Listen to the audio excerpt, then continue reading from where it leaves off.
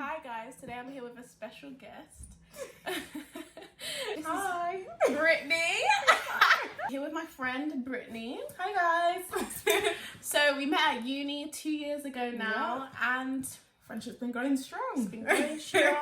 I thought I'd bring her on my channel. Yeah. I don't have guests very often, but the channel was calling me. it was calling her. We're going to give you some advice about renting. We've lived in 2 different places now. We've lived on campus and we've lived like private accommodation. So we'll give you some do's and don'ts and just tips and tricks of what to do. let's start off with the do's. Yeah. I'd say a big thing when it comes to do's is do make sure that you know the people that you want to live with. Like, make sure.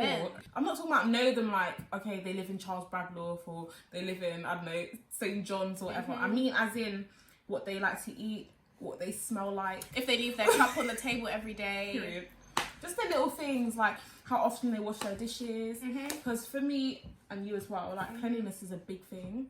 And we get along because we both know how to clean up after ourselves. Like, we're both very tidy people. We live together a little bit. We cook together. We clean. So I know she'll pick that up. She'll do this. Yeah. She knows. When I go into her room, I see what it looks like. So I feel like you have to do a bit of investigating. Another thing is don't force friendships just because you don't have people to live with. Because, you know, even if there is just 2 of you, there will be somewhere that you can both live. I promise you. Just look hard enough. Because the thing you will regret is living with strangers. You don't know people. Like, Mum always says that. You actually just don't know people. You know, we're joking around, but it's actually really serious because it will affect how you live for the entire year. You need to do your coursework, you need to do this, you might want to cook before you run out the house. Imagine someone's used all your plates, all your pots. You just need to think about it for yourself. We're going on to number 2 now, and I think we'll start off with your move. Don't do your move because I swear, you will regret it. I'm telling you now. We're talking about Midlands, we're talking about, Listen, I know when you rent as a student, no one takes you seriously, but your move will literally take the piss. It's actually not even funny. You don't want it. If you want to be taken seriously, you want to be treated like an adult, then I just feel like renting anywhere else makes more sense.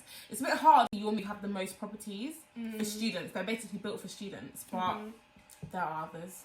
I promise you. There are and I feel like when they start seeing deductions and how many people are renting with them, they might change their ways. This is a review. This is a serious review. And your move is not it. So anyone in the Midlands needs a house, don't do your move because your deposit will be snatched.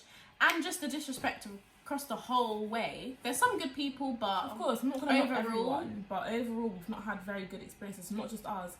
Everyone, literally, everyone we know has said the same thing. We're sticking to point number 2 in a way, but read your contract. Seriously, read it. They'll say things to you like talk is cheap. That's what I always say. It's what you write down that matters. They'll say to you, oh no, it's fine, you're gonna have an individual contract, you're not liable for anybody else's messes. And then what happens at the end?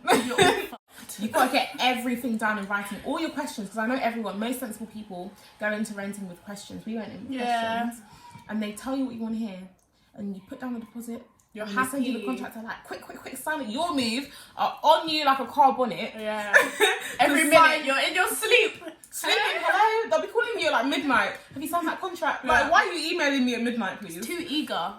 Because they know they just want to pull one over on you. You've got to make sure you read that. I know contracts are long and lengthy. If you don't want to read it, then send it to somebody else to read.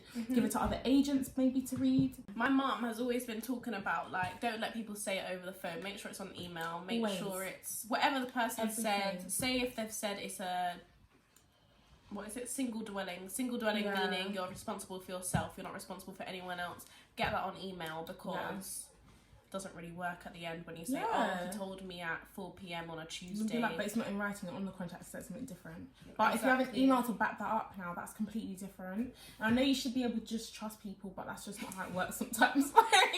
At uni, you'll learn. You work at an estate agent. Yeah, I work for an estate agency. So when they're telling me these things, I'm speaking to them like, I know what I'm talking about.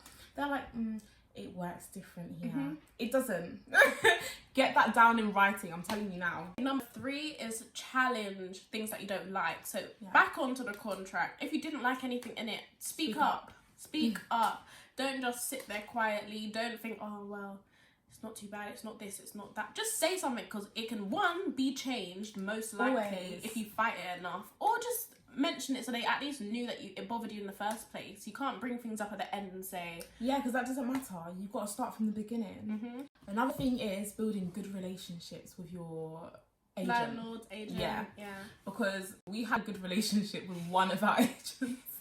And obviously you get inspected. I think it's like how many months? Is it every month? I think it's a 1 month check. Or... Yeah, it's like one day of every month you get an inspection. Yeah. They just come around, they check the fire alarms. And, see everything's good. Yeah, basically spy on you quickly. Quick spy. And sometimes, you know, you come in and there might be substances lingering around. Yeah, certain sense of, you know.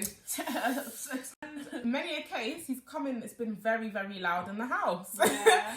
And he could have just picked up the phone and called the police. The fact that we had a good relationship with, I think, Ashley, meant that we didn't get into as much trouble. It saved us a lot of times, I'm not gonna lie. Just generally having a good relationship, because when it comes to things like trying to find somewhere new to live and stuff, he's like sending us through properties, he's like vouching for us and helping you out. Even though they piss you off loads, like there's sometimes where the agent comes through and I don't even want to speak to him. But just like, hiya, just force it. You. It's be like being nice. at a job. You force it. Imagine going to a job and your boss is the most annoying person ever. Just respect them because you need them. That's you why need I respect them. Yeah. Respect anyone who's your landlord or agent. Respect them.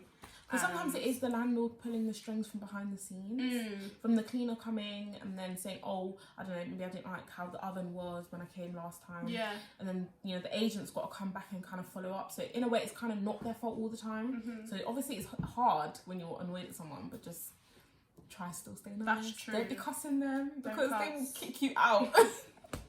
You forget they don't need you.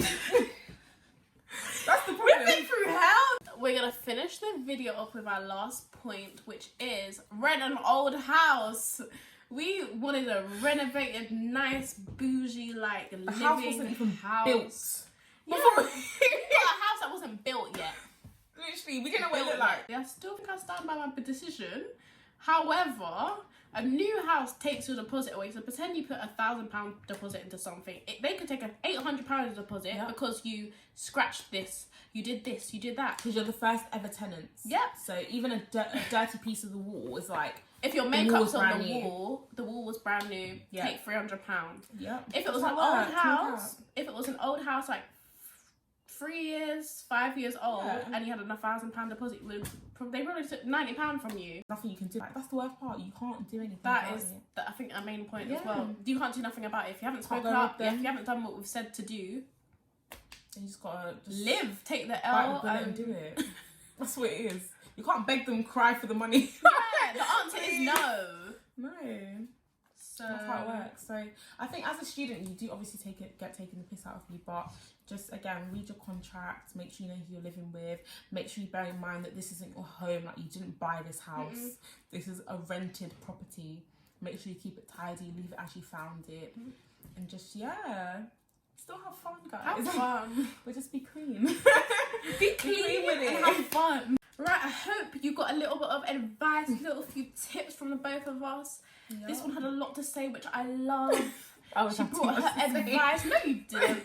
You brought your advice. You brought all your knowledge from your experience at uni. So because we're all learning, and we learn best when we help each other. Yeah. So we just wanted to help you guys out today, and I hope you enjoyed it.